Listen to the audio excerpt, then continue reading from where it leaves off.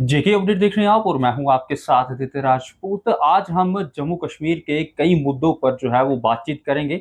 मेरे साथ बातचीत करने के लिए मौजूद हैं all Jammu and Kashmir panchayat conference से अरुण शर्मा जी, जो कि सुंदरबनी से हैं। इनसे हम बात करेंगे और जम्मू कश्मीर के कई मुद्दों पर जो है आज हम डिस्कस करेंगे। सर, पहले तो आपको बहुत बहुत स्वागत है जम्मू में। शुक्रिया, धन्यवाद। सर, क्या कहना चाहोगे पहले आप, जिस तरीके से अब एक कॉन्ट्रोवर्सी जो है वो चल रही है, गवर्नर वर्सेस उमर अब्दुल्ला। देखिए, 10 वर्ष हमने बहुत बड़ा एक एडमिनिस्ट्रेशन प्लस पब्लिक के बीच में बड़ा गैप देखा था और हमने सोचा था कि सरकार आएगी, चुनाव होंगे, सरकार आएगी तो लोगों को राहत मिलेगी, लेकिन राहत नाम की कोई चीज नहीं। आप देख रहे हैं आए दिन जो है सड़कों पे प्रोटेस्ट चलता है, किसी न किसी मुद्दे को लेके जो है वो प्रोटेस्ट चलते हैं। हम पंचायत से वाबस्ता है और पंचायत जो ग्राम सभा को हेड करती है और डेमोक्रेसी की जो बेसिक रूट्स जो है वो पंचायत है और पंचायत कोई कम नहीं है। अगर 10 सालों में पिछले पंचायत ने बहुत सारे काम किए हैं। सड़कों को ले लीजिए, बिजली को ले लीजिए, आप पानी को ले लीजिए, जेजेएम स्कीम पंचायतों के दौर में आई, बड़े बड़े ब्रिजेस बने, टनल बने, ये जितने भी टनल बने पंचायतों के राज में बने। डीपीआर तो ग्राउंड से ही तैयार होती है और पंचायतों ने तैयार की। जेजेएम की कितनी करोड़ों रुपए की स्कीमें थी वो जेजेएम ने तैयार की। रोडों के इतने बड़े बड़े प्रोजेक्ट जेजेएम ने अपना पंचायत ने तैयार किए और कहीं ना कहीं जो काउंसिल होती थी वो हमारी। लेकिन जब से सरकार बनी है तब से आए दिन कोई ना कोई कंट्रोवर्सी जो है एलजी प्रशासन और सीएम प्रशासन के बीच में जो है, सरकार के बीच में तनातनी का माहौल जो है वो चल रहा है और जनता जो है इन दोनों के चक्कर में पिस रही है और जनता इतनी परेशान, और अब मैं क्या बोलूं कितनी परेशान है और बुरी हालत है। आप किसी भी एंगल से आप देख लीजिए, हर एंगल से जनता जो है परेशान है और सड़कों पे है। और जनता ने ये नहीं सोचा था कि हमें ये दिन भी जो है, जब चुनी हुई सरकार जो है, मुद्दों के आधार पे चुनी हुई सरकार आई है, उसका ये रोल होगा कि उसका कोई अस्तित्व नहीं होगा, वो कहीं ग्राउंड में दिखेगी नहीं। आए दिन जब बड़े बड़े मंत्री, संतरी, बड़े बड़े चीफ मिनिस्टर बयान देते हैं कि हमारे हाथ में कुछ नहीं है, लंगड़ी सरकार है, तो आप अंदाजा लगा लीजिए कि हमारे जैसे छोटे लीडर जो हैं, जो बिल्कुल लो लेवल के लीडर हैं, पंचायतें तो सबसे ग्राउंड लेवल का लीडरशिप करती है, तो उनका क्या हालत होगी। अगर एक सीएम जो है या बड़े बड़े मंत्री जो है बयान देते हैं कि लंगड़ी सरकार है, दूसरी तरफ माननीय एलजी साहब देते हैं कि भाई हमारे पास तो लॉ एंड ऑर्डर के बिना कुछ है ही नहीं, वो सब सरकार के पास है। और कहीं ना कहीं जो है सरकार ने जो वादे किए थे वो वादे जो है पूरे ना कर पाने के कारण सरकार परेशान है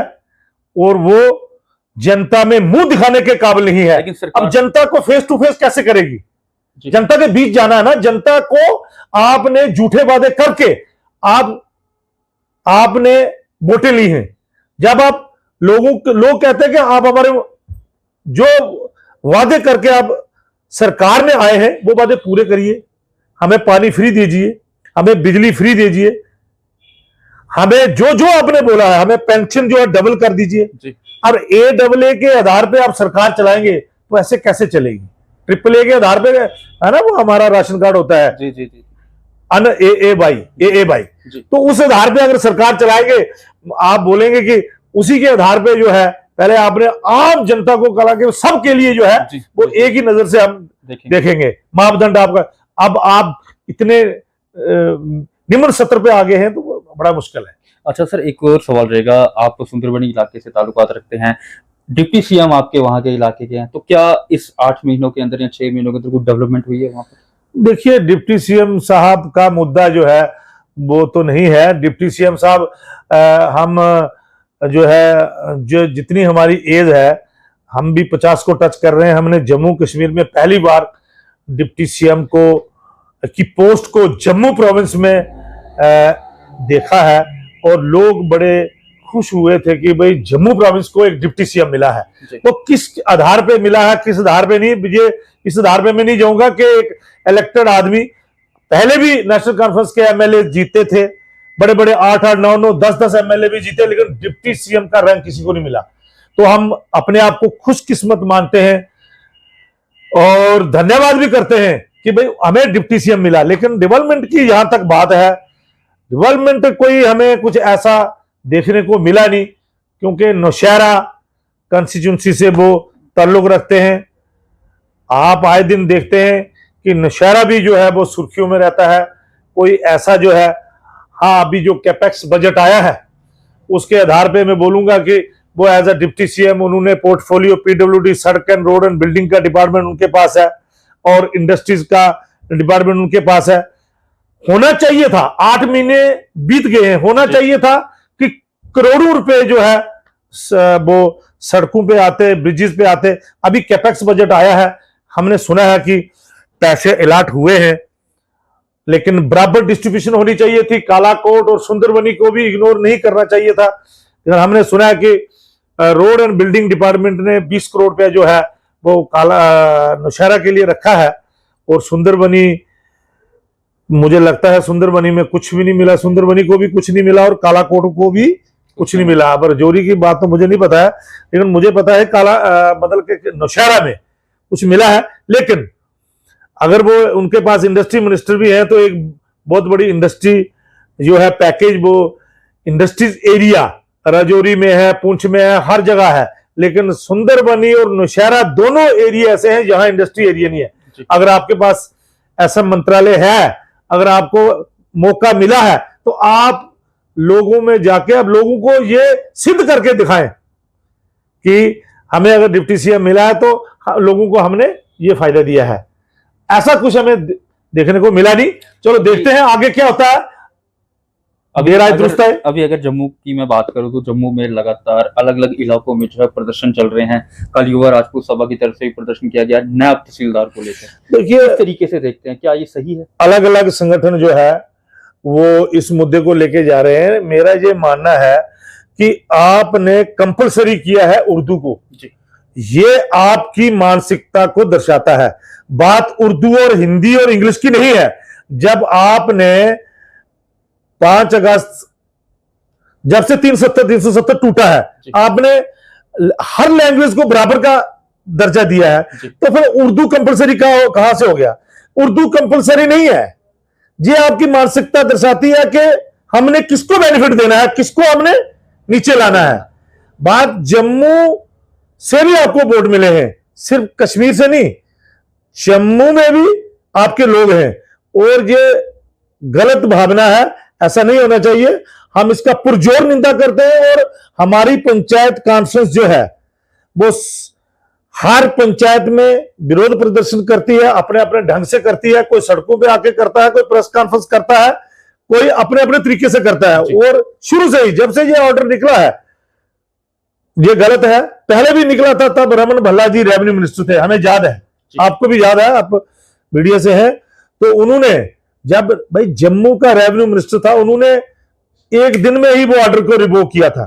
तो मुझे डिप्टी सीएम साहब से कहना है, माननीय सतीश शर्मा जी से भी कहना है, और जो मेंढर के हमारे जावेद राणा साहब हैं, जो जम्मू प्रोविंस के हैं, और सबसे ज्यादा जिम्मेवारी जो है वो डिप्टी सीएम साहब की बनती है कि इस ऑर्डर को फौरी तौर रिवोक कराएं और अपने आप को लोगों को बीच में सिद्ध करें कि भाई मैं जम्मू कश्मीर जो है, मैं डिप्टी जम्मू कश्मीर का डिप्टी सीएम हूं, मैं ऐसा नहीं होगा। और मुझे लगता है उनको करना चाहिए। अगर वो नहीं करेंगे तो वो कहीं ना कहीं जो है उंगली उन पर उठेगी। लोग काफी देर से वेट कर रहे थे, काफी सालों से वेट कर रहे थे, आखिर कब सरकार बनेगी, कब उनके मुद्दे जो है वो हल होंगे। आज भी सरकार को बने हुए काफी महीने हो चुके हैं, पीएचई डेली वेजर सड़कों पर है, कोई उनका जो है वो डेवलपमेंट नहीं हो रही है। देखिए, एक भी मुद्दा, जो जिन मुद्दों को लेके ये लोगों के बीच में गए और सरकार बनाई, चाहे वो पानी का मुद्दा हो, चाहे वो सड़क का मुद्दा हो, चाहे वो बिजली का मुद्दा हो, चाहे वो डेली वेजर का मुद्दा हो। सबसे बड़ा मुद्दा था डेली वेजर का, चाहे वो होम गार्ड का मुद्दा हो, चाहे वो एसपीओस का मुद्दा हो, चाहे वो पावर प्लांट्स का मुद्दा हो। ये सारे के सारे मुद्दे जो हैं, इन्होंने एक ठंडे बस्ते में डाल के, इन्होंने तमाम बैरिकेड्स को तोड़ के, इन्होंने अपने लिए एक नई गाड़ियां खरीदी हैं, स्कॉर्पियो खरीदी है, अपने अपने हिसाब से जो जहां जहां तक इन्होंने जहां जहां इनको अच्छा बैठता है, अनुकूल बैठता है, उस हिसाब से कंफर्टेबल, उस हिसाब से ये चल रहे हैं। और जो वादे करके आए उन वादों से इनका कोई लेना देना नहीं है। और लोगों को उलझाने के लिए, देखिए जब हम काउंसिल में बैठा करते थे तो सबसे बड़ा मुद्दा चलता था पानी, बिजली और सड़क का। वही मुद्दा हमने असेंबली में देखा। भाई असेंबली जो है वो छोटे मोटे मुद्दों के लिए नहीं होती, असेंबली जो है वो कानून बनाने के लिए होती है। आपने कोई आए दिन नए कानून बनाने हैं। आपने असेंबली की बात की, यहाँ पे रोकना चाहूंगा आपको। क्या लगता है कि असेंबली में जो हुआ वो होना चाहिए था? जो मुद्दों को बातचीत होनी चाहिए थी वो मुद्दों पर बातचीत। जो तमाशा हमने इस बार असेंबली में देखा वो हमने अपने जीवन के 4 पीढ़ियां हमने देख ली, 5 सीजन हमने निकाल दिए हैं, 5 सीजन हमने नहीं देखा। जो नंगा नाच जो है ना, जो इस असेंबली में देखा वो हमने नहीं देखा। लेकिन अपने अपनी पावर को अपने अपने तरीके से इस्तेमाल करना चाहिए। सरकार एलजी के ऊपर थोपती है और एलजी साहब उनके ऊपर थोपते हैं। मुझे लगता है एलजी साहब जहां बिल्कुल स्पष्ट नीति से चल रहे हैं। क्यों आप देख रहे हैं? क्योंकि एलजी साहब ने बोला है कि लॉ एंड ऑर्डर हमारे पास है, बाकी सब जो है वो सरकार के पास है। और सरकार जो है, लेकिन सरकार तो कहती है कि हम एक छोटी ट्रांसफर भी नहीं कर सकते। सरकार जो है, सरकार क्यों नहीं ट्रांसफर कर रहे हैं? आपके डिप्टी सीएम आए दिन डीएमओज को, डायरेक्टर्स को तमाम ट्रांसफर कर रहे हैं। ऐसा कुछ नहीं है, ये सिर्फ कहने वाली बातें हैं, ये लोगों का ध्यान भटकाने की एक प्रयास है। ऐसा कुछ नहीं होगा। लोग बड़े समझदार हैं, चालाक हैं, लोग समझते हैं कि क्या होगा। देखिए मुझे नहीं लगता कि सरकार कहीं कोई दिख रही है। क्यों इनका ऐसा, मतलब लोगों को ऐसा उलझन में डाल दिया है।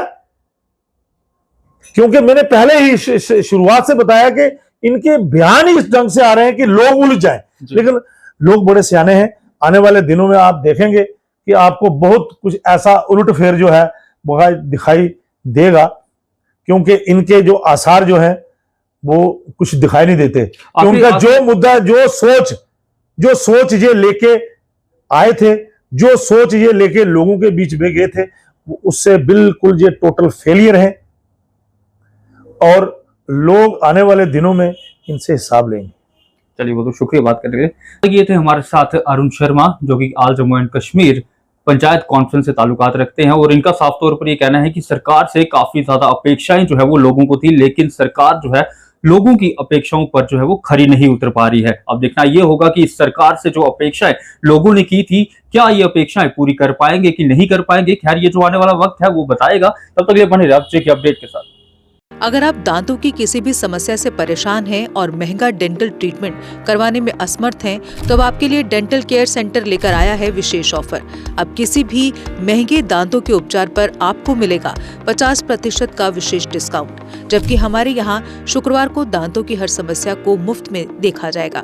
हमारा पता है dental care centre 2, satellite enclave, near Shiv temple lane, Sunjwan road, Jammu. Mobile number 9419102596। Jammu Kashmir की खबरों के लिए जुड़े रहिए GK अपडेट के साथ।